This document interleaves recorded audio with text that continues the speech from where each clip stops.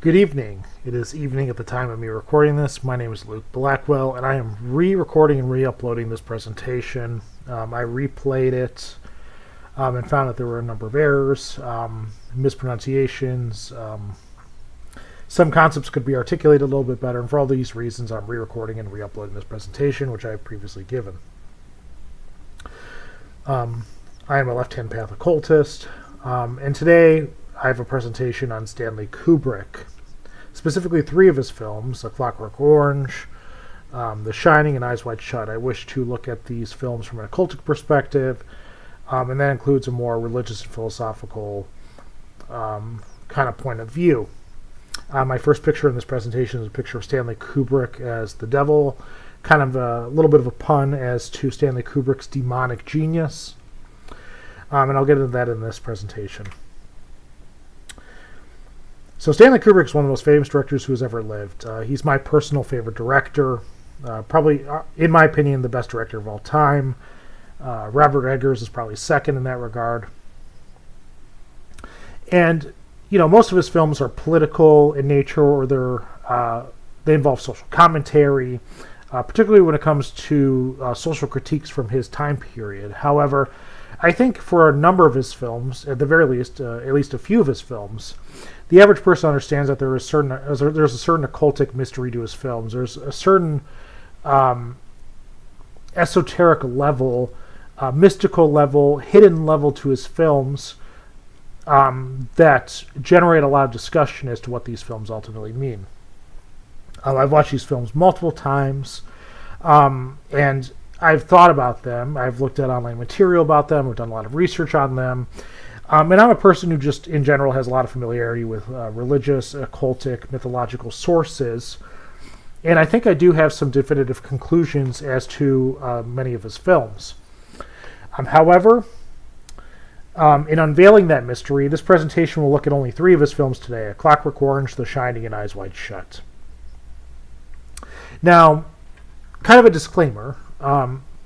Many right-wing conspiracy theorists will claim otherwise.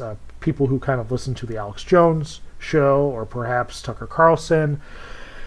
Perhaps they listen to the Joe Rogan podcast in terms of people who present alternative sources and points of view.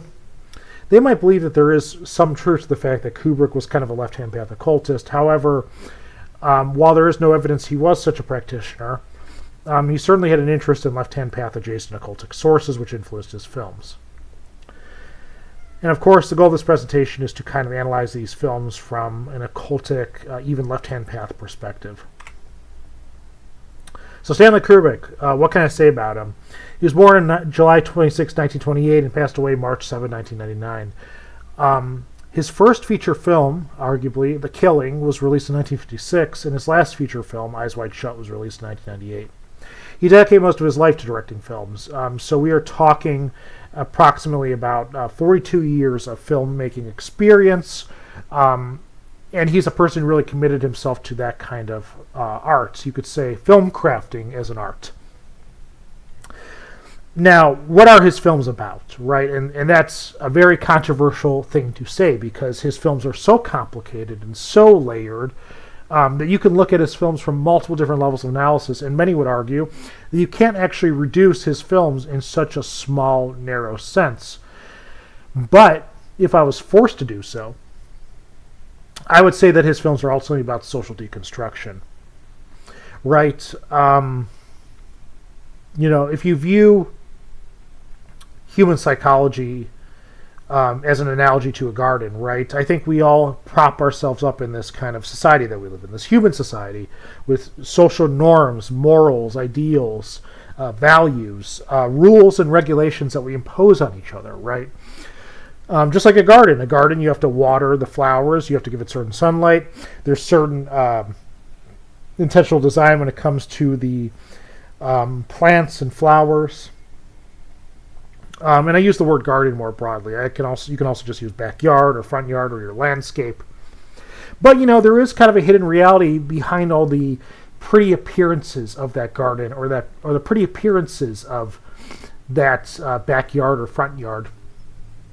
You might have a nice rock, like on a pathway up to the front door of your home, right? You lift up that rock, and there's a bunch of creepy crawlies. Like, there's a bunch of worms and maggots and centipedes, roly-poly, spiders, ants, all kinds of disturbing, creepy things that kind of offend our human sensibilities. I think many of us who, when we were a kid, especially if you were a boy, you would play in the yard, lift up these rocks, and play in the dirt, and you would see all of these kind of creepy crawlies that are the real organic reality that underpins the illusion of your front yard, your backyard, your garden. And that, in a sense, is what Kubrick is trying to do from the standpoint of human social organization, particularly a Western cultural context, an American and British cultural context. He wanted to point out the deep, dark, animalistic, fleshy, bug-like realities that exist at the base of our society. He wanted to, there's many different hidden rules and hidden realities to our day-to-day life that we consciously bury in order to prop up the illusion of something organized and pretty. But at the end of the day, the true reality of the garden, or the true reality of the front yard, the backyard, is all the biology that's happening underneath the surface. And indeed, there's a lot of biology that happens underneath the surface of us as people. Stanley Kubrick was born and raised from a wealthy Jewish family. I'll go into this in the next slide. But he was a left-wing Jewish man who had deep left-wing political ideas. There's no getting around that. I think many people like to retroactively project their own morals onto films they grew up with. Kubrick had a lot of films that people grew up with, like Eyes Wide Shut or The Shining or 2001: A Space Odyssey. And there are a lot of conservative thinkers who will try to project their own political, moral ideas onto the films to kind of make it a part of their identity. But the reality is Kubrick was kind of a leftist. There's no getting around that. But I do think he is distinct from other leftist Jewish directors in one area, in that I don't think his primary goal in making his films was fundamentally about promoting equality and social justice. You compare it to some of his own other contemporaries, like Steven Spielberg or Harold Ramis, who made films around the same time that he was popular. And you'll come to a conclusion that those directors often had a real social political message that they were trying to propose to the public, that they had a goal, an agenda to achieve. Kubrick, I think, definitely touched on those leftist goals and ideas, but they were really secondary to him deconstructing. His goal was to kind of look between the cracks of our American society and explain what the ultimate reality is underneath the false glamour and illusions that we all deeply believe in our own social organization. Many of his themes that are in his films, are deeply disturbing to the average person. For example, there are themes of CP stuff, cheese pizza stuff, if you want to be a little bit more conspiratorial in my terminology, like in Lolita. There are themes of non-consensual sexual assault and violence, like in Clockwork Orange. Madness and murder, like The Shining. The violent reality of human evolution and the kind of adversarial forces that go into human evolution, like in 2001: A Space Odyssey. The threat of total nuclear annihilation, like in Dr. Strangelove. And of course, human sexuality and some of the secrets about it hidden in plain sight, as in Eyes Wide Shut. Kubrick, I would say, kind of archetypally, if you kind of believe in an archetypal theory of personalities, he was basically the mad genius. He was a very attentive to detail director, right? I think many of us who approach the idea of occultism and Kubrick's ideas, they probably do so a little bit skeptically, right? Because I might draw these connections, I might draw these parallels, I might see themes that are there, but how do you prove intent? How do you prove that Kubrick himself intended these themes, that they were intentional? Well, Kubrick was so meticulous in his filmography that I think that it's very hard to believe that such themes which are overt or blatant enough could be intentionally ignored or misconstrued. One of the things that Kubrick was very notorious of was he was notorious for filming the same shot 30 plus times till it was perfected. Many actors would get really annoyed with Kubrick. Like, why are you wasting our goddamn time making us do the same shot over and over again? And he wouldn't articulate why. He would just say, no, it has to be like this. And he wouldn't explain why.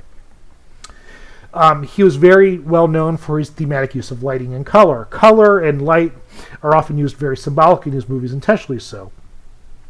He even goes out of his way to add detail to the background and sets of films in such a way that they clearly convey an idea. And I think the most famous example of this is The Shining. The Overlook Hotel is a layout that actually does not make sense, right? There was a famous Doom mod. It might have been a Wolfenstein 3D mod. I'm actually not sure. Maybe a Quake mod. One of those early 90s FPS games. Someone made a mod where they incorporated the Overlook Hotel into the mod, but here was the problem. The person who created that mod could not accurately replicate the hotel as it appears in the film because the film's hotel's layout does not make any sense. It does not make sense at all. So there was a lot of compromise that was made when it came to the structuring of this modification for this 90s video game. And that's something that had to be intentional. So Kubrick went out of his way to make the set of The Shining not make sense to the viewer, to give a sense of disorientation in the film, intentionally so. The hotel was actually filmed in a real hotel in Colorado. So the fact that he went out of his way to make the layout not make sense shows some level of intentionality to detail at a deep level. Another thing that Kubrick did in the filming of The Shining was he was very verbally abusive to the wife character, Wendy, who is Jack Torrance's wife, the actress Shelley Duvall.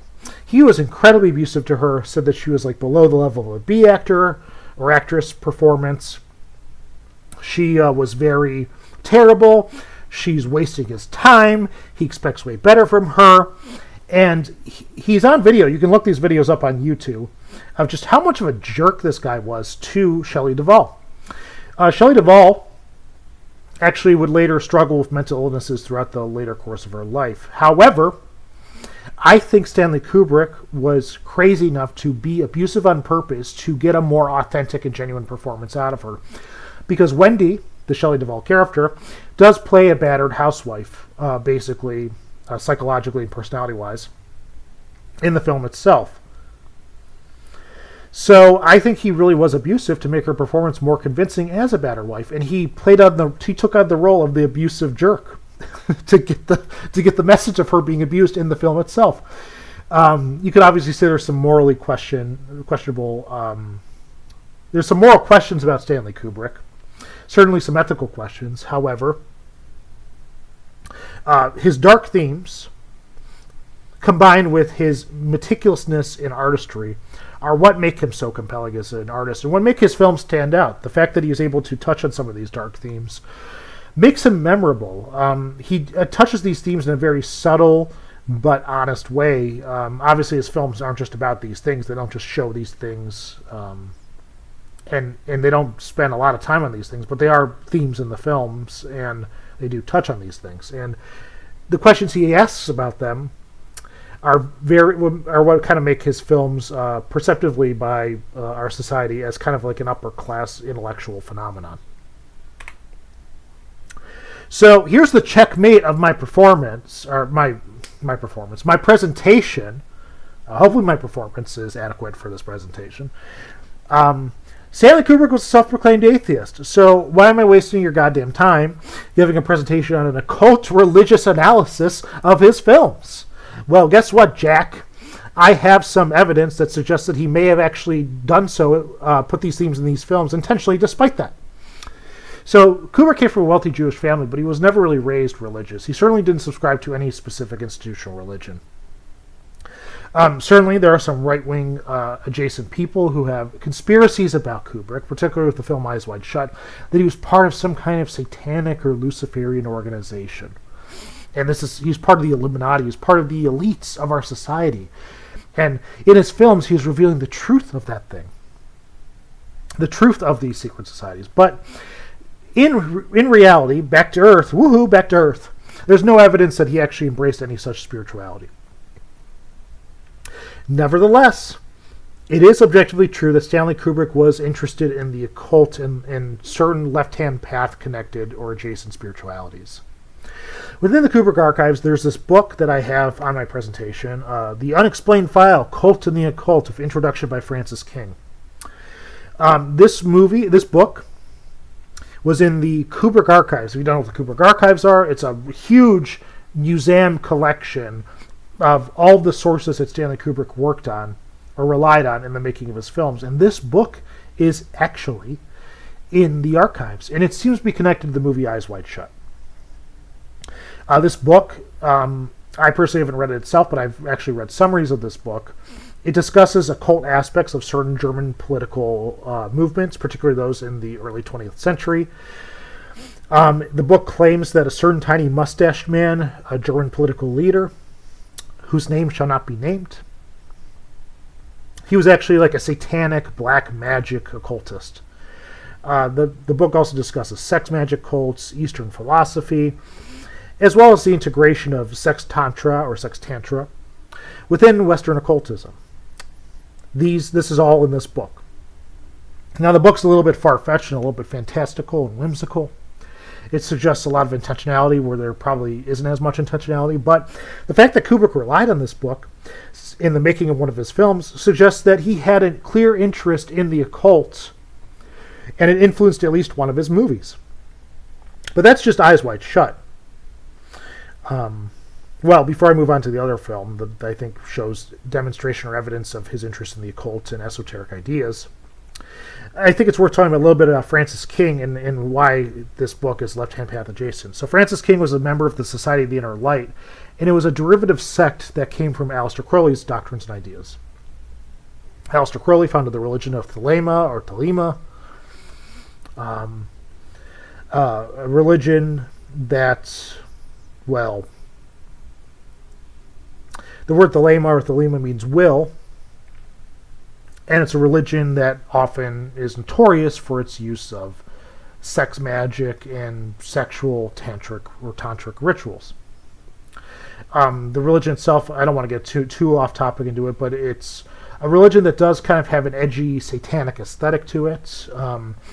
Aleister Crowley himself called himself the Beast, 666. One of the deities that he worships is Baphomet, which he interprets in a very specific esoteric way. He does explicitly identify the deity that is transmitting these doctrines. I can't remember if it's Iwas or it's Harpocrates or Harpocrates. Iwas is actually a messenger of Harpocrates in the Ptolemaic system. In one of his magical books, he identifies one of these entities as Lucifer or Satan. But, his religion is fundamentally a revitalization of Greco-Egyptian paganism, but it does borrow many ideas from Abrahamic beliefs and ideas like Kabbalah. The lesser banishing ritual, the pentagram, is used in his religion. Angels are present in his religion. So it is kind of this semi-satanic, Abrahamic religion, but at its core, it's a religion that borrows a lot from many Eastern Hindu tantric traditions, but also is fundamentally a form of Greco-Egyptian paganism. Harpocrates being the Greek name of Horus, or Horus the Child. So the book also, I believe, and this is from my information from another presenter on YouTube, but the book I think also may mention the Brayburn Club, and this is a club established by Pierre Bernard in 1919. It was a group dedicated to sex, magic, and tantra. I'll get into that later in this presentation. But moving on from this book, Stanley Kubrick also talked about his influences and ideas in the movie The Shining. And he said he was really interested in ESP, or extrasensory perception. Now, what is ESP, or extrasensory perception? It's the idea that certain people may actually have a sixth sense, right? The idea that some people may have certain spiritual capabilities that others do not, or they don't have it, or people have it to a lesser degree than others, right? This includes telepathy, I think being able to talk to each other telepathically, being able to perceive spiritual realities that other people can't see. And obviously, if you've seen The Shining, that's kind of a recurring theme. That's a main theme of the movie. Danny has The Shining, which is this extrasensory perception ability, and it's later revealed that other family members also have it, but they just ignore it consciously. Of course, this presentation, by the way, just as a heads up, it expects its audience to have some familiarity with the films I'm presenting today, because I think it's already going to take so long to analyze all the esoteric symbols of it. I don't think I'm here to just give basic plot summaries. I expect you to actually have seen these movies. If you haven't seen these movies, I'd encourage you to just, watch it yourself, or if you're really lazy, just find some summary online. Find ESPN highlights of these films. I don't know. So, but also, in addition to his interest in ESP, extrasensory perception, Stanley Kubrick also said in interviews that the film The Shining is ultimately about evil incarnations and cyclical, violent, evil cycles, and how the hotel kind of represents that. It's kind of a Hindu idea of reincarnation. But I think his films also just blatantly have deeply layered mythological and religious references, which I don't think are coincidental. Kubrick clearly had some familiarity with religion and the occult, just by virtue of the themes that are obviously present, lacking subtlety. So, before I get into Clockwork Orange, to summarize that, I do think I have a plausible case here. But take what I say in this presentation with the amount of salt that you think it deserves. You might take it with a grain of salt. You might have a whole bowl of salt and be like, wow, that's a lot of useful information. But that's ultimately up to you, listener. I think I have a lot of evidence-based and empirical claims, as well as clear coincidences that can't just be chalked up as coincidences, and I do hope my presentation is empirical enough that you do derive something out of it, but ultimately the conclusion is yours to make as to what you want to take away from this presentation. With that, I'll start for Clockwork Orange. So, I would say the main esoteric thing from this movie is the fact that Alex is a very Luciferian character. He basically is Lucifer. He's a Luciferian archetype, if you prefer using more archetypal language, right? So, I think one of the biggest pieces of evidence for this is that in the beginning of the film, Alex is part of the gang, which he calls his droogs, or his droogs, Russian for friends. And Russian already sounds creepy to the average Western person. It's Slavic and spooky sounding, and it sounds different than us. So there's something a little bit, there's something like the other about it, right? That's not to mention that I think Dostoevsky has permanently scarred the Russian cultural reputation as being one of psychological terror, distraught, and existential dread. Thank you, Fyodor Dostoevsky, for ruining Russian culture for eternity. But obviously, Dostoevsky's works and many other Russian works have a certain kind of black comedic element to it. They talk about dark themes of psychology, spirituality, and some of the darker truths that you face. Russia as a culture is obviously well known for its darker winters, and kind of its harsh living conditions, which often, some would argue, helps envelop its culture in a sense of cynicism and dealing with death and the darker realities of life. So later in his films, his friends reappear as police officers. They appear, quote-unquote, rehabilitated. And if you actually look at the officer numbers in the film, it appears that the officers' badge numbers are 665 and 667. We have Alex in the middle of those two police officers, which means his number, logically, is 666, the number of the beast. It's a number that's associated with Lucifer and the devil. You might be like, well, actually, the 666 is the number of the beast. It's not Lucifer's number. The beast and Lucifer are two different archetypes. Sorry for my annoying voice, but I wanted to explain how that's a little bit too overly analytical. I think 666 pop culturally is just a number that's associated with the devil, and I think everyone kind of gets that at some level. Although, obviously, I do have a whole presentation on the Antichrist, if you want to get into that a little bit. But I think 666, well, yeah, it's a number of the beast, but I think culturally we all kind of understand 666 to be the devil's number. I apologize if I butchered your ears with that annoying voice, but I couldn't help myself. So, you can thank me later. Thank me for my apology, because I'm not really that sorry about it. Alex also remarkably looks similar to certain depictions of Lucifer. Of course, there's the famous fallen angel image, with Lucifer, kind of brunette hair and the, elbow pose, kind of like a more skinnier, taller physique. However, we do also have depictions of Lucifer from the German occultist Fidus. Now, Fidus was a man who was involved in the Lebensreform. I apologize if I butchered that German. I don't speak German. He was part of the Lebensreform, movement, which is a proto-hippie vegetarian cult that, among many other things, really sought a revival of kind of a pure European paganism. And Lucifer as a figure was, I think, directly identified by Fidus as kind of like a positive solar pagan figure. He was a theosophist. He was connected to Theosophy, which also had a very positive perception of Lucifer. The magazine of Madame Blavatsky, of her organization, was called Lucifer. If you wanted to subscribe to that while she was still alive. And she had many positive things to say about Lucifer. Now, of course, you got to take that for a grain of salt. Did Stanley Kubrick, was he aware of Fidus? But I also think, in a more broad cultural level, Lucifer is a figure that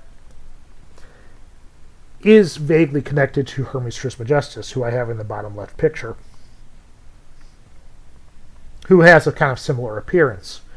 Hermes Trismegistus is the key figure in the religion of Hermeticism. Now, Hermes Trismegistus,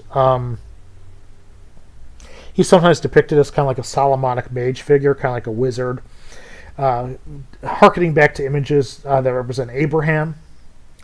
However, he is sometimes depicted like the Greek god Hermes, or some kind of unique occultic derivative of Hermes, because Hermes Trismegistus was a title applied to Hermes, or Thoth Hermes. The Egyptian god Thoth was also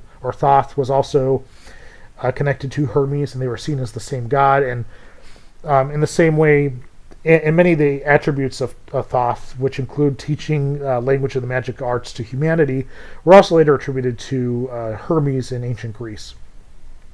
And there's a huge revival of Hermeticism during the Renaissance period, and you see a picture of Hermes Trismegistus in the bottom left picture. And I think it's a fair argument to make that some of those depictions of Hermes Trismegistus as a long-haired, skinny, naked figure, a tall figure, probably did shape some of the perceptions of Lucifer, especially in the work of Fidus. But in a weaker claim. It's not strong, but perhaps in some of the fallen angel imagery that we see within Christian iconography. Now, why would that be? Well, Hermeticism, especially during a time of Catholic Europe, where such magical arts were not really allowed. In fact, they were heavily punished, sometimes by death. Hermeticism quickly became associated with witchcraft, the devil, Lucifer, Satanism, black magic, etc., etc., etc. I think the most compelling, or the most clear example of that is the life of Giordano Bruno. He was a Renaissance occultist who was very interested in Hermeticism and a lot of the older Greek religions. I think him and his rebellion against the church in pursuit of greater knowledge, including heliocentrism, the belief that the planets revolve around the sun, I do think is a figure that kind of culturally becomes associated with Lucifer. Lucifer, the one who rebels against the authority of the church or God's kingdom, in pursuit of what he believes to be true, even if it means his own death or being burned alive. In a sense, Giordano Bruno lived a life that's very akin to Lucifer and rebelling against church authority in order to find his own truth, but also ultimately paying the price by being punished by religious authority, by being burned alive, in the same way that Lucifer is condemned to hell. So I think many of us intuitively get culturally that Hermeticism is a religious movement that, from a Christian Abrahamic perspective, was demonized and identified with Lucifer. We also have a depiction of Alex with vampire fangs in the top left. This pops up as a jump scare scene in the movie. He has blood coming down his fangs, and obviously vampires and demonic fangs. I think that should be obvious how that's connected to Lucifer. There's a scene also where the hymn Dies Irae plays when it's zoomed in on Alex. It's actually this scene of the movie. Dies Irae. This will actually pop up in The Shining as well, funnily enough. It is a Gregorian hymn about the Last Judgment, right? So, back in the good old days of Roman Catholicism, when it was a bit hardcore compared to now, I would say from the years 1962 backwards, this is pre-Vatican II, the Catholic Mass had a set hymnography for Gregorian chants, and one of those hymns for funeral masses was Dies Irae, which is Latin for Day of Wrath. And it was a hymn about the Last Judgment because, of course, you're at a funeral mass. Somebody died, and they're going to face their judgment, right? So the church wanted to call to mind to its adherents that you too will face the Last Judgment. You too will die, and you will have to account for your sins, right?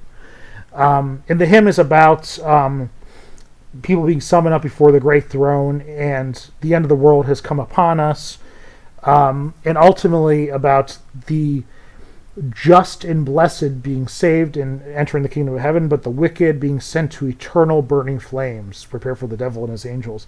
And it's a plea, dear God, please don't send me to that evil, horrible place of hell. I'm begging you. And that's what the hymn is about. It's a plea to please have mercy that I may not have that lot in life, right? It's a scary hymn.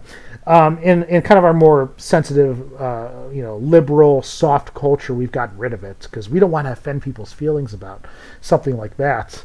But, to be fair, there's some real criticism that perhaps it's a little bit psychologically manipulative, beating people over the head with hell. You're going to hell if you don't do this, right? So, but the church got rid of it. But it was part of the Roman Catholic Mass for centuries. And, of course, Kubrick himself grew up in a culture where that was still part of the Catholic Mass. He was making films in the 50s when that Mass was still normative. So we do have a theme of the Last Judgment and hellfire and the wicked being condemned, also being brought up in connection to Alex, our main protagonist. Alex as a character also has daddy issues. Everyone loves daddy issues, especially these days. Daddy issues are all the rage, right? I'm sorry. And Lucifer has daddy issues too. In the Abrahamic Christian mythology, Lucifer is kind of the rebellious prince who rebels against Yahweh, and he's punished for it. And just like that, Alex himself disrespects his authority and rebels against his own father. So there's all these connections that clearly demonstrate some kind of connection to Lucifer, and I don't think it was unintentional. But ultimately, that's just kind of what Alex is. What is the plot? What is the moral of the story? We have Lucifer, but what does that mean, right? I think the film A Clockwork Orange is fundamentally a Nietzschean work. Ooh, it's a Nietzschean work, yes. It's a black comedy that's fundamentally a deconstruction about Christian salvation and the gospel. It proclaims, in a very black comedic way, how Christian salvation isn't adequate, how the gospel salvation is not adequate. It doesn't actually solve the modern problems of abuse and power. Alex himself is a very kind of lower-class sociopath. He himself is not lower-class, but he engages in very lower-class-like proclivities. He's part of a gang. And his goal is always short-term gratification. He loves exerting his power over people in a very short-term gratification way. He's not really a likable guy. You're not supposed to relate to Alex. You're not supposed to see him as a fantastical character that you really relate to. In one scene, he and his friends beat up a paraplegic and singing in the rain, and then he forces the guy he's beating up to watch his wife get sexually assaulted by his gang members. Not really the most likable guy. He sounds like a real jerk to me. Not a good guy you want to get a beer with. He also uses sex in a very soulless, casual way. He's very... He doesn't value any of the emotional aspects to sexuality. And, of course, he's eventually caught and sent to prison for his crimes. And they rehabilitate him at first with an exposure to Christianity. He's given a Bible, right? And he reads the Bible while he's in prison. To begin with, he actually finds Yahweh a very relatable and personal figure that he connects to, because he finds Yahweh to be very petty and vindictive. And he exercises his power and his willpower over people he doesn't like. And he gets that. It's like, wow, I get this dude, right? However, he doesn't find the Jesus stuff that particularly compelling. He doesn't find the psychological image of the meek, crucified slave that relatable. You might say I'm being a little bit manipulative by using the word slave, but get over it. The Greek New Testament, doulos, can be translated as slave or servant. In Christ, it was a servant, so he was a slave, right? He finds his whimpering and being crucified not that interesting. But then there's this new form of scientific research that will rewire his brain and fix him, right? And he undergoes this psychological process where he's basically tortured into viewing exertions of the will and exertions of power with disgust and disdain. Every time an issue of power, wanting to act out violence against somebody, or even sexual violence, every time that pops up, he recoils in disgust instinctively because his brain's been rewired by this new scientific process. Very coyly, I think it's pretty obvious that it's kind of an exaggerated hyperliteralization of what the brain, of what Christianity does to the brain, right? He's first exposed to Christianity, and then this new scientific method.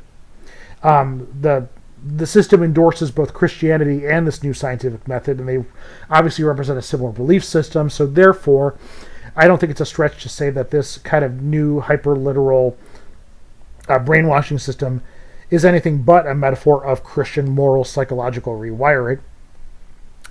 And when he gets out in the world, he thinks everyone's going to be jolly and good. Like, oh, I'm living up. I've repented. I'm a new leaf. And if I just love everyone, share the love of the gospel, and hug everyone, and kiss them on the forehead and pat them on the head, everything kind of goes well, and everything will work out, and everyone will forgive him for his evil. But that's not what happens. All the people that hate his guts and the people that he exerted power over, including his own gang members, as well as the paraplegic, they are enraptured with the idea that they could beat the crap out of him and impose pain on him. Right? His gang members, who are now police officers, brutally beat the crap out of him. And the paraplegic tortures him with music that causes him deep psychological pain. And he gets sick enjoyment out of it. Like, I derived legitimate pleasure from watching you suffer. The paraplegic does. And the film doesn't have an answer. It doesn't look like the answer of Alex has been solved. That's how the film ends. It ends on a very ambiguous note. So in many ways, I would say the film is kind of a black comedic exaggeration of applying Christian principles in such a literal way, to such an extent that it shows how non-functional it is. It's an exaggeration that reveals greater social truth about our society's rapid use of Christian morality and Christian moral systems as a means to save people, but it doesn't actually deal with the real powers of abuse in society. The film, I think, asks a deeper question, right? The film is kind of it takes place in the future, but it's kind of an analogy to our own modern world, our own post-Christian moral world. It asks us the question, who's actually more evil or sociopathic, Alex or the society that he's in? Because Alex, despite how loathsome and unlikable he is, he's honest with his own desires and wants to act them out. But the people around him are not as honest, and they have those same desires, but they're hidden. The paraplegic, just like Alex, wants to exert power over his enemies and hurt them. And when he's given the opportunity, he does so. His gang members that Alex ruled with an iron fist, when they get the opportunity to exert their power over Alex, they do so with sick derision and joy. So who's more evil? The society that's in place and doesn't act out their will, or the short-term sociopath who does act out his will? It makes you ask that question.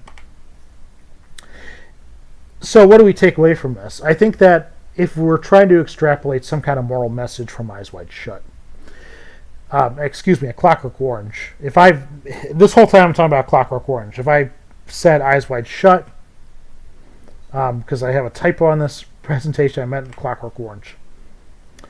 If you accept the premise that Alex is fundamentally a Luciferian figure, a Luciferian archetype, I think it's Lucifer kind of demonstrating the futility of applying a true Christian moral system to who you are as a person. He's a character that undergoes true Christian repentance in a sense. Although it's kind of poetic and symbolic and exaggerated, he still undergoes the literal consequences of Christian repentance, right? Blessed are the poor in spirit, blessed are the meek, blessed are the pure in heart, blessed are those who mourn, right? Those who are in a lower state of life of impotence and lacking power for yourself. That's how you get to the kingdom of heaven. Right? That's what you do. Christ himself was a poor carpenter. He was a poor carpenter who had no possessions. He basically was homeless, traveling from place to place. Didn't even really have a real father, right? His father was God. He's in the context of the Roman Empire as a Jew. Not the most educated Jew. He wasn't even part of the upper class of the Jews. He was just kind of a carpenter. He's part of this backwaters part of the Roman Empire, Israel. He's not part of Rome and the upper class there. He's part of Israel. And then he's given a low death as a crucified slave. Like he is put to death like a thief or a robber. The word thief or robber is kind of slang for like political revolutionary. That's exactly what the thieves or robbers who were crucified with Christ probably were. It's a slang term that Josephus uses. So Christ is basically put to death like a political revolutionary and doesn't deserve it. He's just put to death in a very cruel and violent way. But that's how you actually become good in the Christian perspective. To bear your cross, to be crucified like Christ has been crucified. But is that really the solution to the problems of power and abuse in our society? Simply becoming impotent and not being able to act out your will, to act out your desires, to act out your sense of power, does that fix powerful people abusing you in society? And the answer is no. Turning the other cheek doesn't really avail you much in this life. It doesn't give you the real reconciliation that you might desire. There are people out, it takes two in life to have true reconciliation. To truly forgive one another requires the effort of two people. Simply being repenting and forgiving and wanting to always give people a second chance doesn't actually avail you much, because if there's people out there who still have vengeance against you, who still hate your guts, who want to see you ruined, you're just opening up yourself for abuse like Alex does. It's not really a psychologically healthy way to live. There's real social moral problems in the gospel that Kubrick is pointing out to us. And that's very controversial, but I think that's what his goal is in this movie. Those who've read Nietzsche's Genealogy of Morality, I think, can very clearly see what Kubrick is trying to espouse in this film.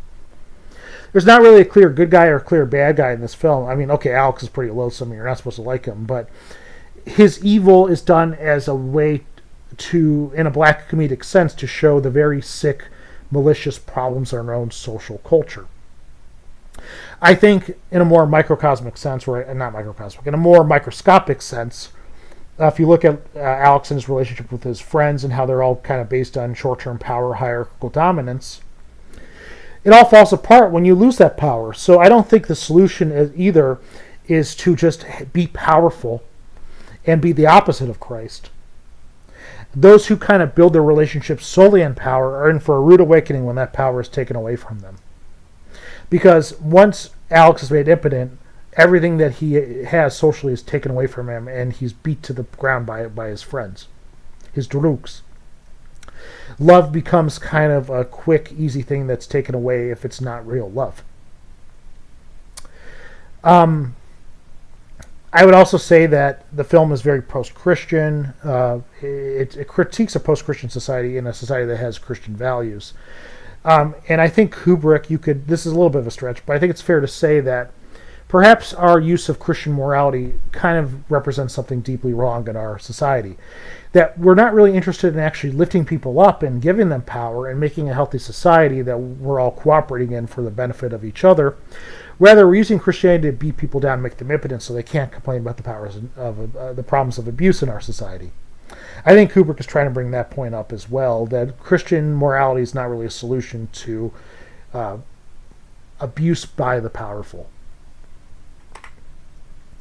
Okay, before I go into The Shining, I do want to say that I do understand that my analysis of Clockwork Orange, is probably the weakest part of this presentation, but I do think there's some real layered symbolic imagery there, especially if Alex is kind of a Luciferian figure who undergoes Christian repentance and kind of sees its futility.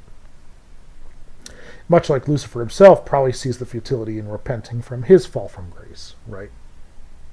That's kind of the Paradise Lost idea. I think the next two films, The Shining and The Eyes Wide Shut, are far more clear in their esoteric symbolic language and what they kind of symbolically and psychologically represent. I think the cases for these two films are far more obvious than the case I made for Clockwork Orange. However, I still think I presented enough evidence to at least give a compelling take on Clockwork Orange, and I think it's worth reflecting on. So right at the beginning, we're back to DSE Ray. I've already explained what that meant in The Shining. I mean, in Clockwork Orange. Same hymn. That's the same hymn that's played at the beginning of The Shining. And it's played. It's slowed down. It's actually a hidden theme. It's not really played. I think in Clockwork Orange it's played at a proper tempo, but here in The Shining it's slowed down, and you can't actually identify what the hymn is unless you speed it up. From the very opening of this film, DSE Ray plays, and the Torrance family are driving to, Jack is driving to the hotel for an interview for his new role as the caretaker of the hotel. So I think there's actually, besides just the mere fact that Jack might represent some kind of devil figure, I think that the themes of judgment are far more appropriate. Jack himself is going to face judgment for who he is, and the family is going to face a kind of harsh judgment by visiting the hotel. Or, in the alternative, they are approaching hell, because after the last judgment, you are sent to hell.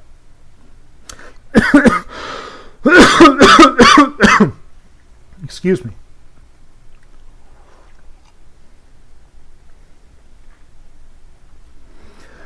The title Overlook Hotel may refer to the fact that it's overlooking the mountains. However, perhaps it's a reference to the haunting presence in the hotel that watches the family itself. Kubrick famously said in an interview that the ghosts are in fact real.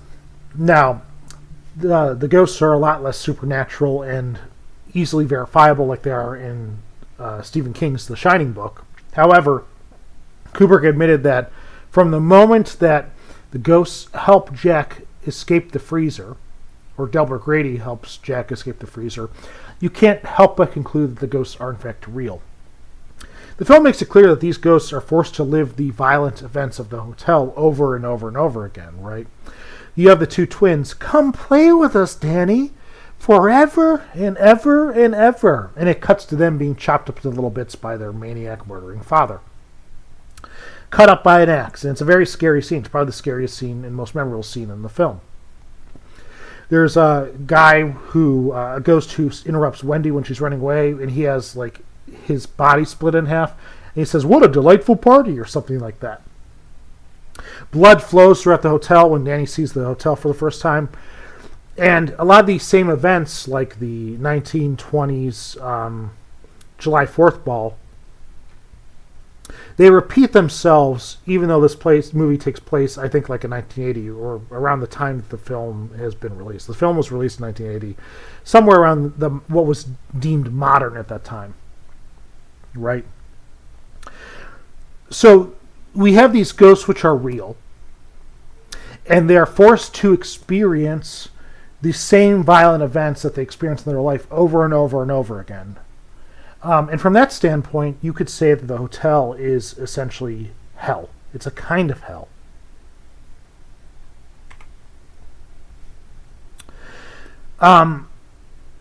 Another theme of The Shining is mirrors. So many shots of the film itself are filmed in mirrors, or they feature the prominence of mirrors. When Jack cuddles with Danny, and he says, I want us to stay here forever and ever and ever," almost like he's possessed by something. There's a mirror in front of him. And many of the times when Jack is talking to ghosts or ghostly entities as they appear, there's always a mirror that's in front of him or behind him. In occultic practice, particularly in the left-hand path, in left-hand path adjacent spiritualities, demons are often invoked using black mirrors. This goes back to the medieval period at the very least. I think the most famous pop cultural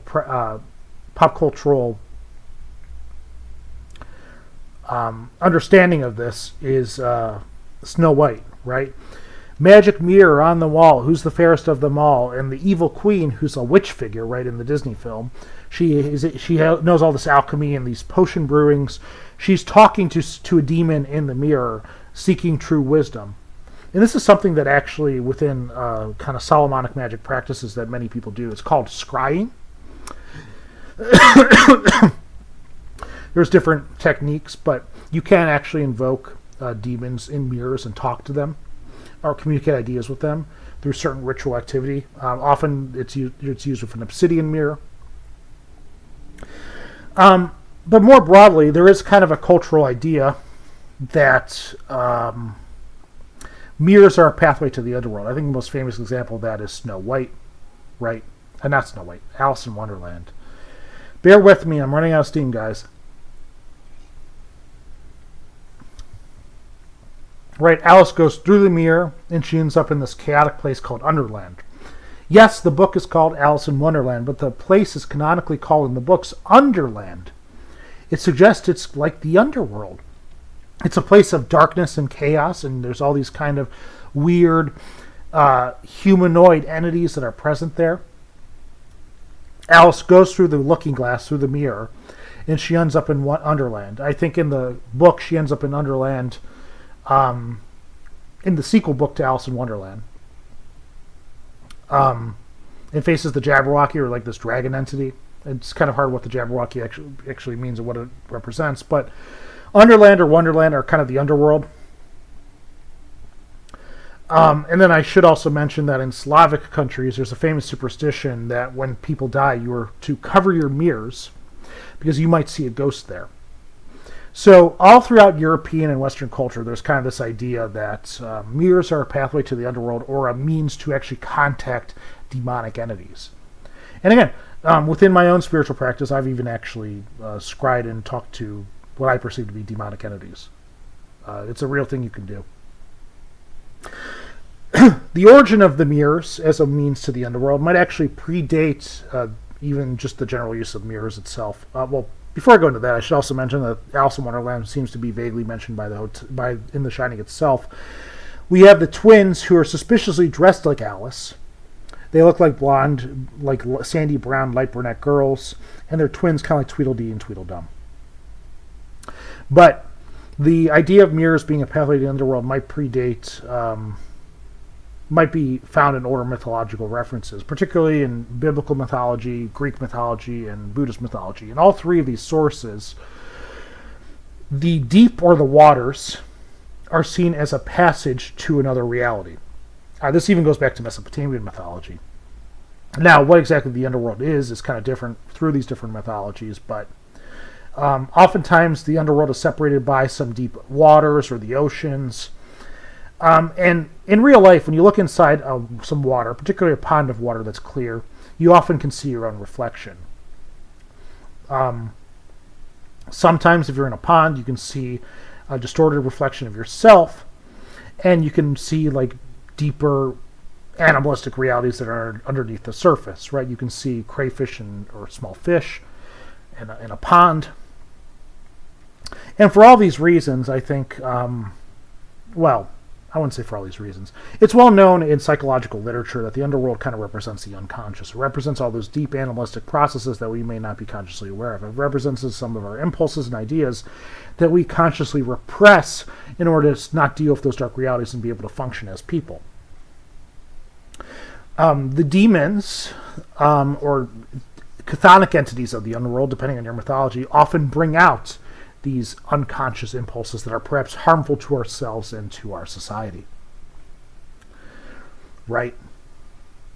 Satan tempts us with sin and delight and animalistic pleasure, right? But also the demons themselves, it doesn't matter which mythology, they often have a more animalistic appearance and have a deeper connection, and as such, in their physical appearance often represent a more animalistic, impulsive approach towards life. An almost anti-human approach to life. You're closer to the ape than you are to the angel, right? When you act out in a more impulsive and self-unregulated manner. So, when Jack meets the first ghost of the film, he meets Lloyd, the bartender. The first thing that Jack says is, "I would sell my goddamn soul for a glass of beer." And then right after, Lloyd appears. Lloyd, he's wearing all red. He has booze up behind him. He has pointed ears. And Lloyd offers him bourbon on the rocks on credit. He owes something to the hotel or the bartender. Obviously, this is a Faustian bargain, or a Mephistophelian bargain. The idea of selling your soul to the devil for some kind of benefits. It's a contract, right? The whole time that Jack is talking with this bartender, he is looking in a mirror, and Jack himself is wearing a red coat, just like Lloyd is wearing a red outfit. Perhaps Jack is actually looking at a mirror of himself. Perhaps he is the devil. He's viewing Lloyd as a distorted image of himself, and he's really just talking to himself. Or perhaps he's seeing a spiritual representation of himself in a more horrific, chthonic form. A character very recognizably as the devil is Jack views as himself. He also later talks to Delbert Grady, the previous caretaker who murdered his daughters, in the bathroom of the hotel. He's talking to a mirror the whole time that he's talking to Delbert Grady. So perhaps it kind of mythologically represents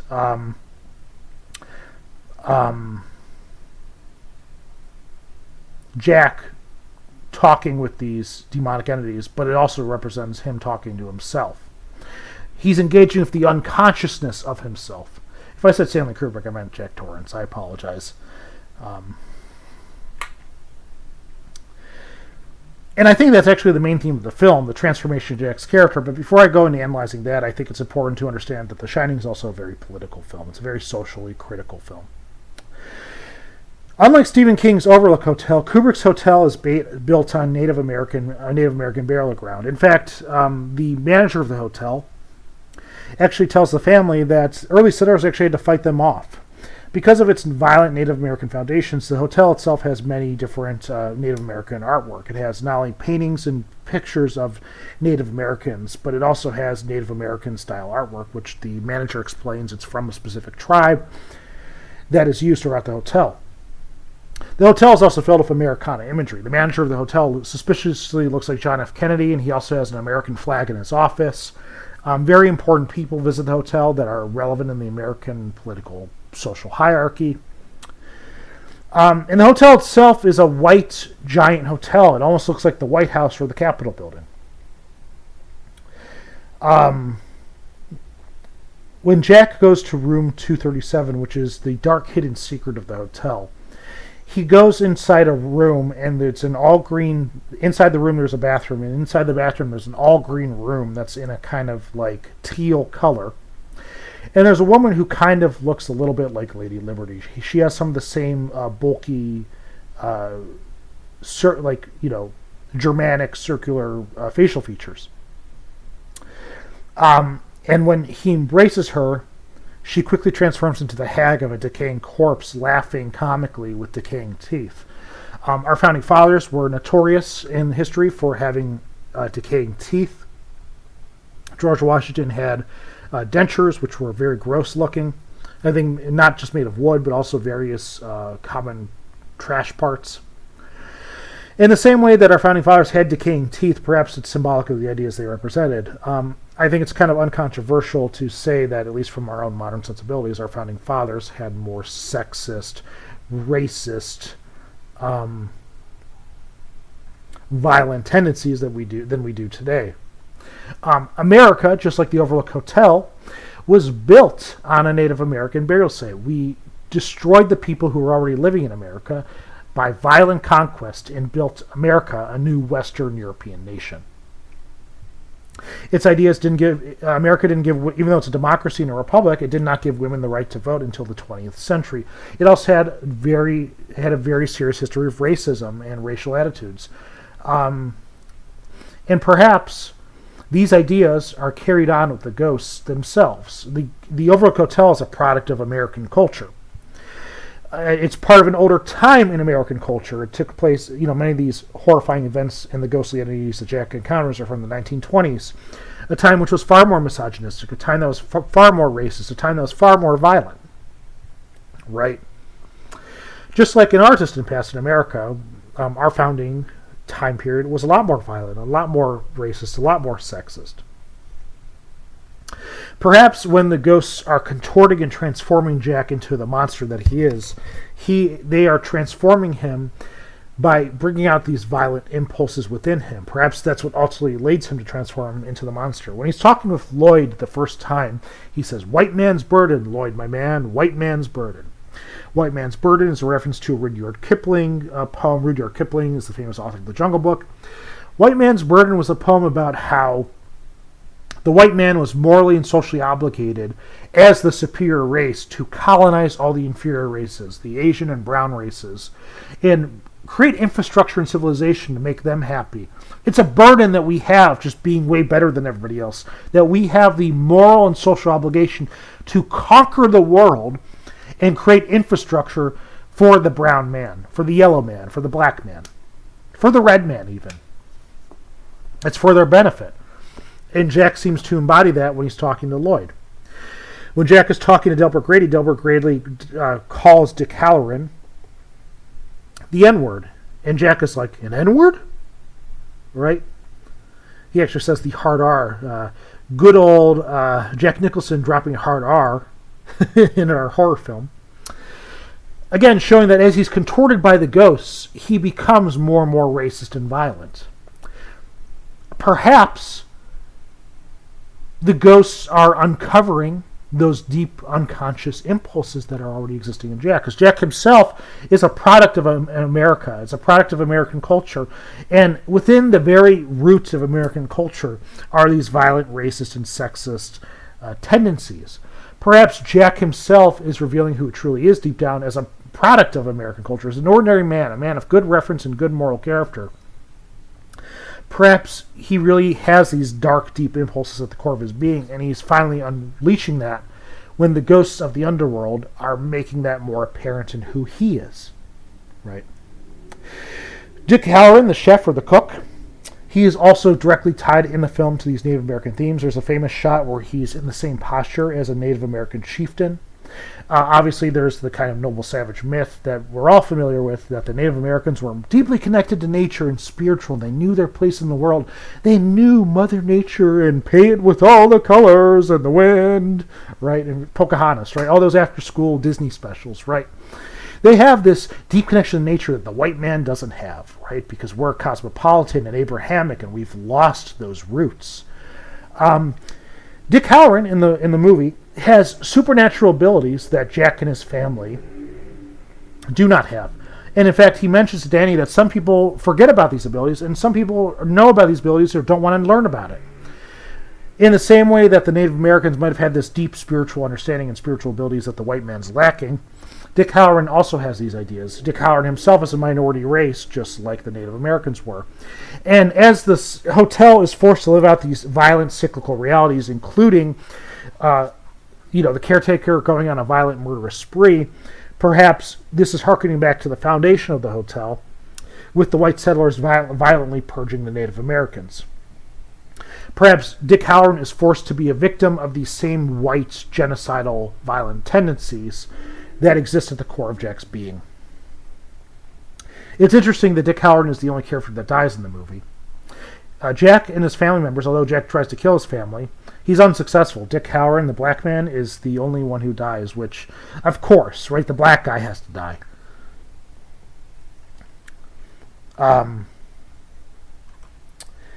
But I think all of that is still secondary. The kind of American social political themes are all kind of secondary to the main theme of The Shining, which is Jack becoming the devil. This is where we're going to get into the left-hand path. But I also think the American cultural violent fantasies that are in this, the American social critiques, as well as the violent cultural tendencies, are at the core of our culture, which, because our nation was founded on violence and purging Native Americans, is connected to this main theme of Jack becoming the beast or the devil. So there is a Greek myth in The Shining that's explicitly referenced very directly and very unmistakably. There's a myth of Theseus. He was a Greek hero who traveled into a maze constructed by King Minos, or King Minos. It's a maze that's impossible to escape from. It's called the Labyrinth. It's constructed by King Minos to contain the Minotaur. The Minotaur is this monster that exists in the maze, who's half bull and half man. The people of Athens would send a human sacrifice to this bull so he wouldn't come out and terrorize the town. But Theseus, bravely as a hero, decides to venture into the maze and slay the Minotaur. And he's able to escape the maze by using a ball of yarn to retrace his steps. Obviously, the labyrinth is kind of a chthonic mythological idea. There's a recurring myth of ancient Egyptian pyramids having these elaborate mazes. You see this in Indiana Jones, but it's a myth that goes back even to the classical period in ancient Rome and ancient Greece. The idea that these pyramids had these hidden mazes that were impossible to navigate. It's underneath the pyramid. It's the underworld, right? And we also have the underworld is a very chaotic and nonsensical place, just like Alice in Wonderland. It's a place that doesn't seem to have clear hierarchical structure. It's a place of chaos, right? There's something inherently disorderly in hell or the underworld. So, and obviously the devil, I'll get into this in a little bit, but has beastly attributes, right? Horns associated with the goats, right? Just like the Minotaur at the center of the maze, similar to Satan being at the center of hell in the ninth circle of hell, or whatever cosmological scheme you have. Most Christians kind of, I believe, understand that Satan's kind of at the lowest pits of hell and is at the lowest circle of it. Perhaps he's the monster who's in charge of it, but he's at the core of it, ultimately. There's a scene where Jack is actually looking down at his family at a hedge maze, which is a key set piece of the film itself. It's one of the main set pieces of the film. There's a hedge maze outside the hotel that is a maze that one travels in. So in addition to the fact that the hotel, as previously stated, is in a sense a maze, it's in a sense a labyrinth that doesn't make any sense in terms of its physical structure, as I explained in Kubrick's cinematography. But the movie actually has a literal maze itself, and the final ending of this film, spoilers, but you should have watched this film by now, has Jack chasing Danny through this hedge maze, and Danny gets out of it by creating a false trail of footprints that Jack follows, and then Danny's able to get out of the maze by retracing his steps using the footprints in the snow. By the end of the film, Jack is a very animalistic character. He compares himself to the big bad wolf. When he's about to kill Wendy, or tries to kill her, he's breaking down the door of the room that she's in, or the bathroom. He says, little pigs, let me in. Not by the chair of your chinny chin chin. Well, I'll huff, and I'll puff, and I'll blow your house down. Right? Because he's like monstrous. He's like the big bad wolf. He's going to devour the pigs like an animal, right? He's chasing Danny because he's limping, right? He has a hurt leg and he's limping with an axe. And he's limping and running after Danny like an animal does. And he's also the whole time huffing and puffing, right? And he's also roaring by the end of it into animalistic gargling noises. Something like that, right? Apologize for cringing you out, but that's just what he kind of sounds like. Right. He's become the animal. He's become the Minotaur. There's a scene where Jack is staring out into the window. In the top left image, we have the moose head, a black moose head with horns. Perhaps Jack is slowly becoming more and more animalistic. As the film progresses, Jack loses his humanity. He becomes more and more of an animalistic, murderous beast. As the film progresses, he loses his rational faculties, and all that's left are the violent impulses at the core of his being, which the film suggests are present at the very beginning of the movie itself. Jack is kind of a dark character.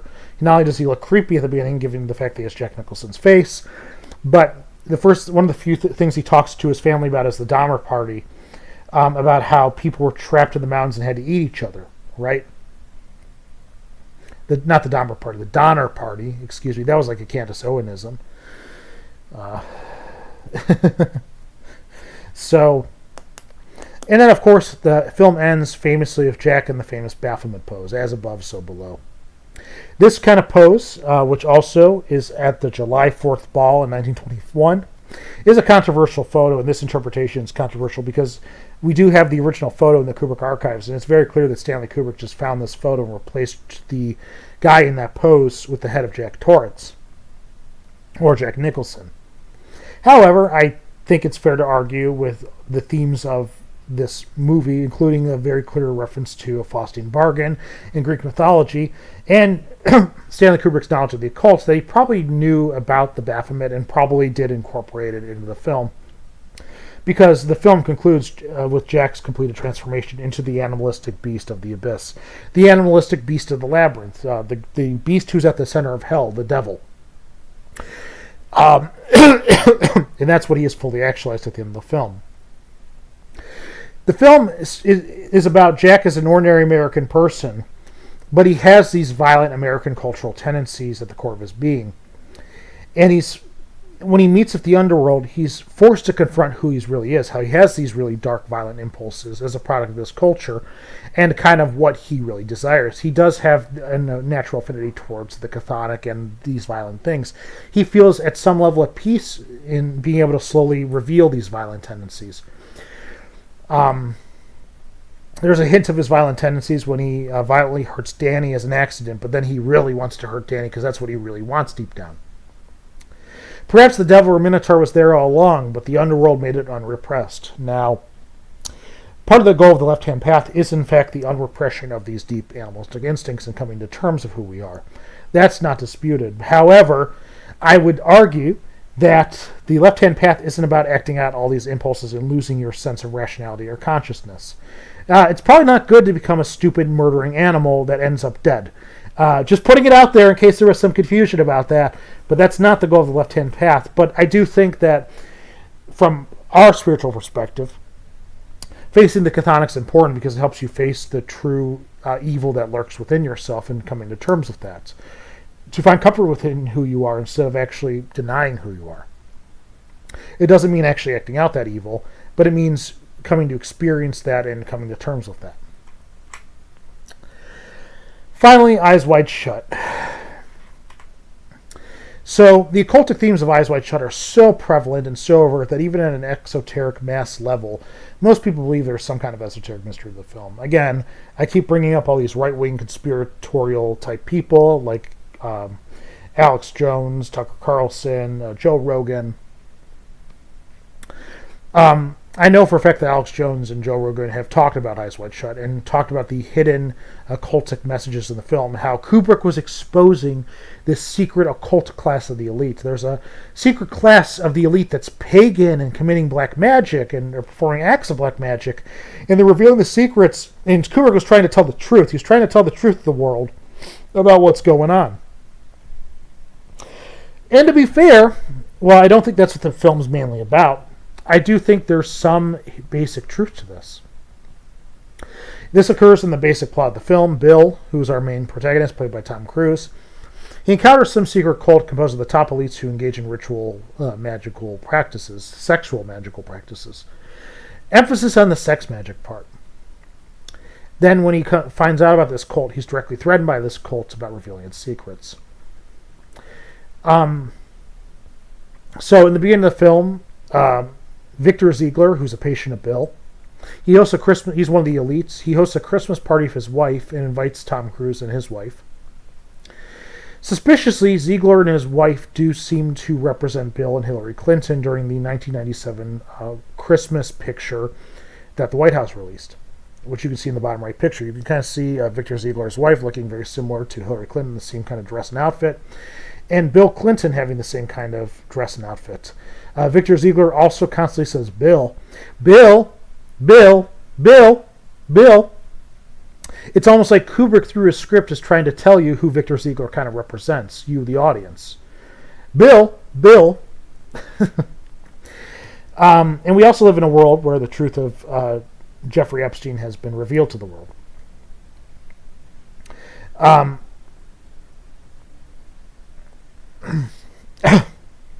We live in an age where the Epstein files came out, Jeffrey Epstein killed himself, and there was some kind of human trafficking thing going on between Jeffrey Epstein, Hillary Clinton, Bill Clinton, and even Donald Trump and his family. This includes the sexual trafficking of teenagers, possible blackmail. I'm not going to get into all of that for this presentation, but I will say there is kind of a subtle child sex trafficking theme in this film. Bill gets his costume. Bill gets his costume from a store where the owner is renting these costumes, and it's suggested in the film that his father is selling out his daughter sexually to other men. It's a weird element of the film that is briefly mentioned. It's not emphasized, but it's there. So perhaps there's some truth that Kubrick is releasing to the public some hidden truths or hidden suggestions about what was actually going on in the 90s when this film was released. But I do think the hidden spiritual sexual themes are what the movie's primarily about, not as much as these secondary themes. Kind of going on with the more conspiratorial stuff, I do think it's kind of important to mention this. As previously mentioned,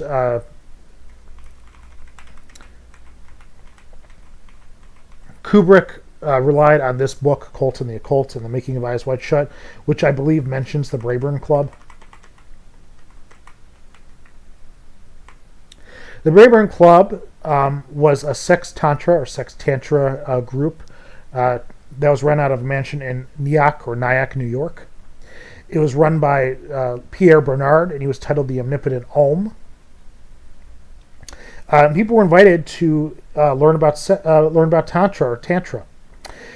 Many upper-class New Yorkers took part in these practices. General students were taught basic tantra downstairs. And of course, I'm sure you know this if you're watching this film, but tantra is a spiritual Hindu practice. It's a certain kind of meditative practice. And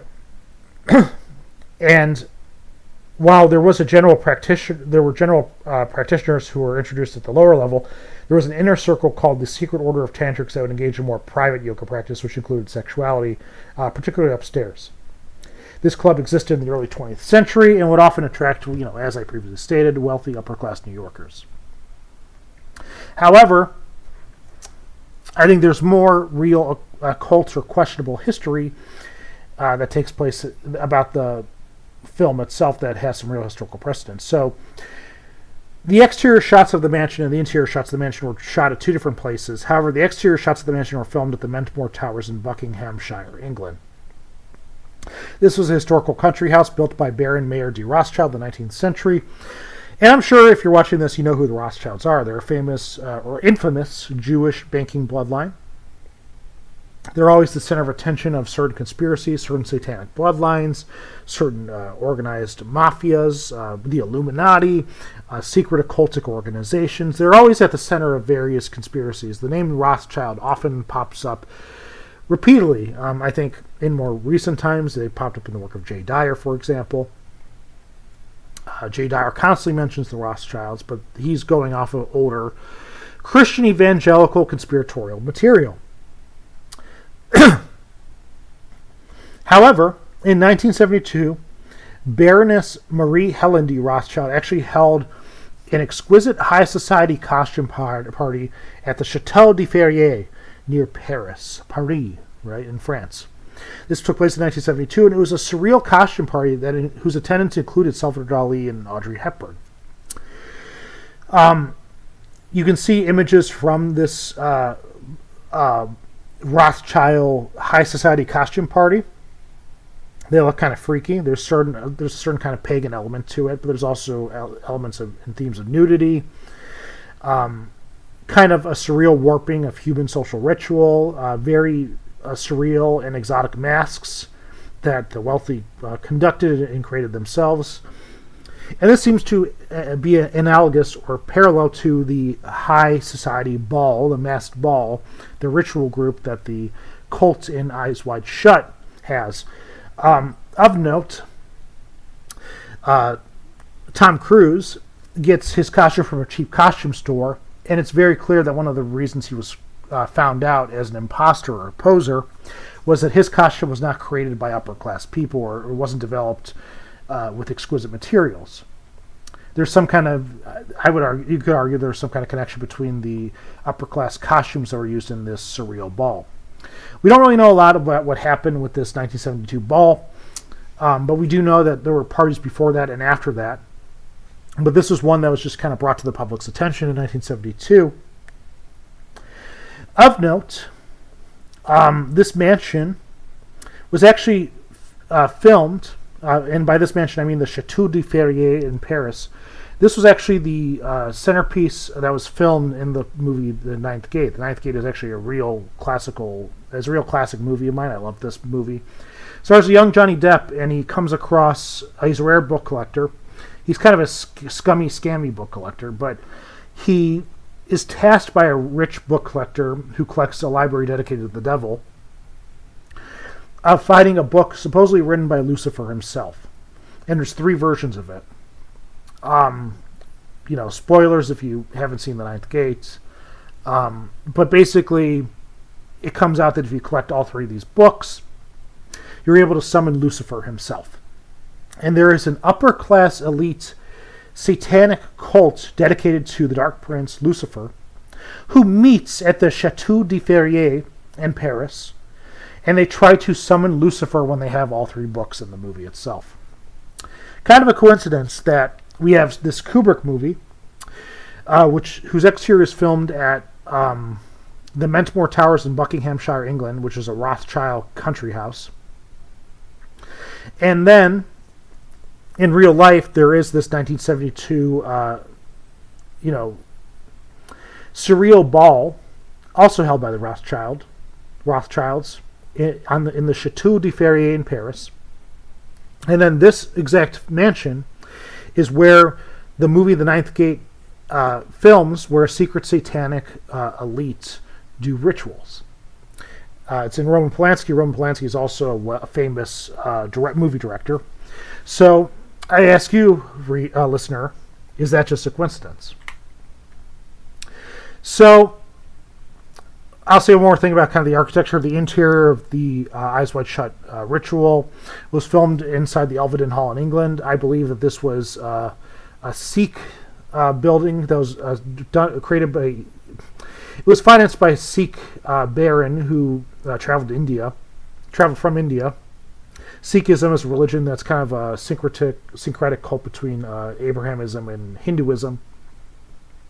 And the inside of the building is famous for its kind of Vedic and Indian-style architecture, which I think kind of goes to the kind of implicit tantric or tantric themes in Eyes Wide Shut. It suggests themes of tantric yoga and tantric sex. The music is very important. So there are the music is a reversed. It's 3 snippets of 2 Romanian Orthodox chants played backwards, and they're combined together. The 2 chants are a chant, and these chants are from the liturgy of St. John Chrysostom, which is the main mass of the Eastern Orthodox Church, whether it's Russian Orthodox or Greek Orthodox. They all have the same kind of mass, but just in different languages, and that includes the Romanian Orthodox Church. One of the prayers is a new commandment, which is a new commandment I give to you, love one another as I've loved you. That's what Christ says, and it's chanted in the church. That's one hymn. The other hymn are petitional prayers. The Catholic Mass also has kind of intercessory prayers, which a layperson will read in the modern Catholic Mass. But the Orthodox Church has the deacon chant these intercessory prayers, and they will pray for members of the church, those who sing in the church, those who travel, those who are for the government, for peaceful times. And at the end of each one of these requests, the deacon will say, "Let us pray to the Lord. Lord, have mercy." Right? I'm kind of singing in the Slavonic tradition pretty poorly. Kind of like a goat singing inside the church choir, pretty badly. But I can't help myself. So there are 2 particular petitions that are merged together in this backwards song, which includes a prayer for life, peace, health, salvation, visitation for the children of God and the pardon and remission of their sins. Also a prayer for mercy for those who pray, for those who take care of this holy temple. So these 3 snippets are combined together and then played backwards in a song that is called the Masked Ball. It's not the only reference to the Orthodox liturgy, however, in this film, because the red-cloaked man, he circles around in the ritual like 3 times with a censer used in Christian liturgical ceremonies. For those who don't know, Aleister Crowley, in his main mass of the Ordo Templi Orientis, also has the priest circle around the altar 3 times, or the celebrant circle around the altar 3 times. And he specifically took this from the Orthodox Church. The Ordo Templi Orientis Mass, which is the Thelemic Mass, or the Thelemic Mass, or Thelemic Mass, however you wish to pronounce it, combines elements from both the traditional Catholic Mass, which is the 1962 Latin Mass backwards, with the Orthodox liturgy, the Liturgy of St. John Chrysostom, which I was talking about previously. Famously, Aleister Crowley actually traveled to Moscow, Russia, to study the Russian Orthodox Church in order to study its ritual, and he claimed that there was actually a hidden, secret rite of the Russian Orthodox Church where the deeply initiated in the Russian churches had a ceremony where they would experience the love of the Holy Spirit and engage in ritual sexual activities. And he claimed that this was a real spiritual preservation in the Orthodox Church that the Western churches did not have. Now, of course, there were some heretical Russian sects that actually engaged in certain sexual activities, but it's unclear what Aleister Crowley is actually referencing, because as far as historians are concerned, it doesn't look like the Russian Orthodox Church ever had any historical sexual rites. So, in addition to the fact that playing an Orthodox chant backwards can be very obviously seen as satanic, right? It's kind of a popular trope, particularly popular in the 90s, that if you play a Christian chant backwards, you can summon the devil, you can summon Satan. You can also interpret these lyrics poetically. You can kind of view it as a mockery of God's children, or God's appointed to actually do these things, you know? They aren't praying for life, peace, health, salvation for the children of God and asking remission of their sins. On the contrary, they're actually engaging in sin. They aren't taking care of the holy temple, you know, the earth. The earth is often seen as God's temple, right? He despises the temple of King Solomon because the earth in God's creation is a great enough throne for God. So perhaps the children of God are not taking care of the earth like they're supposed to. And perhaps they really aren't loving one another as Christ has loved us. Or perhaps they're loving each other just a little bit too much, if you know what I'm saying. Like, you know, sex. That's what I'm talking about. Or you can kind of view it in a very dark, satirical sense that these are the people God has appointed to do these things. They do love each other. They are the children of God. And they are the ones who are in charge of taking care of this holy temple. The holy temple being the earth, because they are the cultural, social elite. Perhaps they are viewing the elite as God's appointed children. Perhaps they are God's holy people. That in the human social order, God has made them the top dog, and therefore they represent God in his power. They are appointed by God, as a matter of fact, to maintain the world. Because from a Christian perspective, right, God's omnipotent and omniscient, and he chose to appoint these very indulgent elites as the people in charge, these very dangerous elites who threaten Tom Cruise in the film. And obviously the ritual, while it does draw on perhaps the 1972 Rothschild ball, it very clearly takes on the image of the masquerade ball. Traditional European cultural practice where people would mask their face in order to engage in social reputation damaging behavior like drinking and sexual promiscuity. A lot of these masks were artistic, and they drew upon older European pagan traditions, and they're culturally kind of associated with the devil. You know, the masquerade ball appears in the Phantom of the Opera. It appears, I believe there's a masquerade ball which appears in Faust. And then I think even in more modern terms, this is kind of cheating a little bit, but in terms of the rock band Ghost, they will often take images from Amadeus and the Masquerade Ball and use that in their album artwork, as well as some conceptual artwork, as well as some conceptual ideas of their song. So it's a practice that has been, because of its temptations to promiscuity and drinking, become affiliated with the devil. And obviously, the ritual participants are engaging in orgiastic sex and drugs and many other things that are social reputation damaging, which is why they're so concerned with their mask's appearance. They don't want who their true identities are to be revealed. Perhaps that's why they're so keen on their secrecy. They don't want the social shame of their indulgent practices. Ultimately, though, despite the symbolic layered meanings of the ritual and the cult itself. I think Kubrick's main point of the film Eyes Wide Shut is to show that actually the satanic indulgent cult is really what is normative, which is what is ultimately what the norm is in American social culture. It is the moral, political, social, religious system that we actually live on a day-to-day basis in America. The film provides this horrifying thought that perhaps modern moral and social norms are, in fact, no different than a secret satanic orgy cult. The film has two parallel Christmas parties, Ziegler's public Christmas ball of elites and Ziegler's private Eyes Wide Shut cult. Both have themes of bright colors in contrast to many other parts of the film, which are often darker and lacking in color. Both have masked personas. The public party has public masked social appearances. And then obviously the secret, satanic cult has people in literal masks. Both involved using drugs. Both involved prostitutes, sexual infidelity, marital infidelity. And in both parties, the same prostitute has sex and faces death. In the first party, she almost dies from an overdose. In the second party, she's either murdered, but Ziegler claims that she died of natural causes.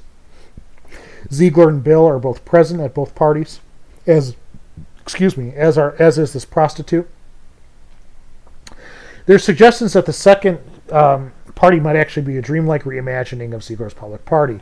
There's a scene where Tom Cruise's character, Bill, he smokes pot with his wife, and his wife has a dream where she sees the masked people, and they're engaging in an orgy with her. It's kind of mystical, but perhaps the marijuana caused this dreamlike sequence with his wife. Perhaps Tom Cruise is also engaging in a kind of ritual drug experience where he himself is experiencing a psychological dream or reliving of the first party.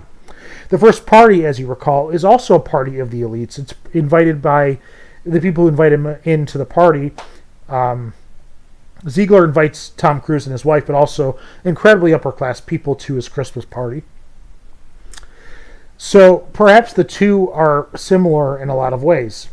Ziegler, when he's in the same room with Tom Cruise talking about the cult, he's playing with a red pool table and making ball movements, and with the chalkboard, same movements that the guy in the red cloak was making. Obviously calling back his own mansion to the mansion that the satanic sex orgy cult takes place in. Kubrick is symbolically, through his cinematography, drawing a parallel connection between the public Christmas party of the elites as well as the secret satanic Christmas party cult.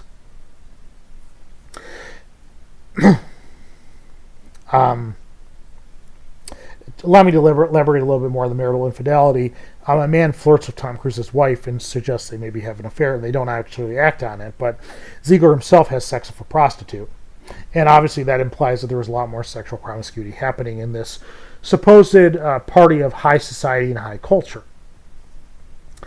The difference between the first party and the second party is the social ritual that is used, right? In the first party, it is a faux, pseudo-intellectual American high society culture with certain rituals and norms and masked performances that people are required to do to participate in the ritual festivities. However, the ritual in the Eyes Wide Shut cults, in the satanic sacred orgy cult, is a lot more religious in nature, a lot more esoteric in nature, but it's still ultimately a masked ritual. It's a masked ball. Both parties are masked balls for that reason. They're both parties of indulgences. And really, Kubrick is pointing out the fact that in America, the culture really prides itself on its goals of sexuality, power, and money. What exactly do Americans really strive for? At the end of the day, even if people take on an identity of being a Jew or a Catholic or a Protestant, most people just want to build wealth. They want to do something extraordinary with their life. They even want to have sex. They want to have some sexual fun. They want to get laid. They want to be seen as cool and popular within their own social circles. Most of the American spiritual journey is about amassing wealth and pursuing your career as an ultimate act of satanic self-indulgence, kind of contrary to the themes and messages of the Bible. And that's a theory and a message I think is especially true 30 years later.